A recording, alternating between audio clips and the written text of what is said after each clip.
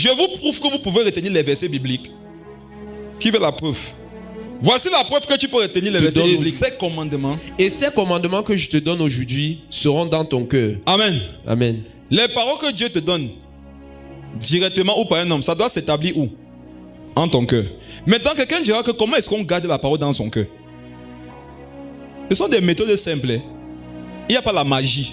Il dit ces commandements que je te donne aujourd'hui seront dans ton cœur.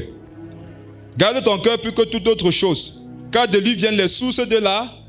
Donc tu es à l'image de ton cœur. Je vous pose une question. Quand quelqu'un te fait du mal et qu'à cause de ça tu lui rends le mal, c'est parce que tu as gardé la haine dans ton cœur, non? Est-ce qu'il faut t'enseigner ça?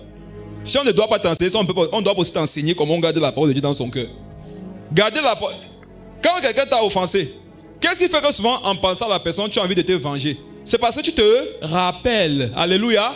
Tu te rappelles du mal que la personne t'a fait. Donc ton cœur reste impur vis-à-vis de lui. Quand tu veux garder la parole de Dieu, qu'est-ce que tu fais? Tu te rappelles de la parole de Dieu. Amen.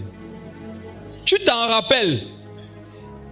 Laisse-moi que quand tu te rappelles du mal de la personne, tu peux nous expliquer ce qui s'est passé. Entre retenir 2 versets bibliques pour ta vie et retenir toute l'histoire là, pour conserver une blessure, quelle est difficile?